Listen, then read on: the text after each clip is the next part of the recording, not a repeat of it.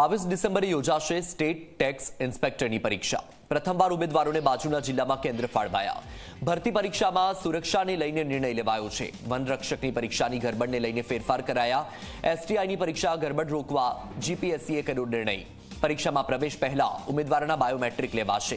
મહત્વનું છે કે એસટીઆઈની એટલે કે સ્ટેટ ટેક્સ ઇન્સ્પેક્ટરની ભરતી પરીક્ષા 22 ડિસેમ્બરના રોજ લેવાશે, જેમાં સવારે 11 થી 1 વચ્ચે યોજાનારી પરીક્ષામાં 1.85 લાખ ઉમેદવારો ભાગ લેશે।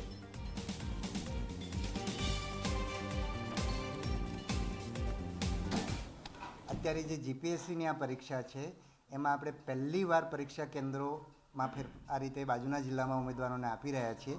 એના કારણે ઉમેદવારો ચિંતામાં પડ્યા છે, એમને અગવડ પડશે એ બાબતથી અમે વાકેફ છીએ અને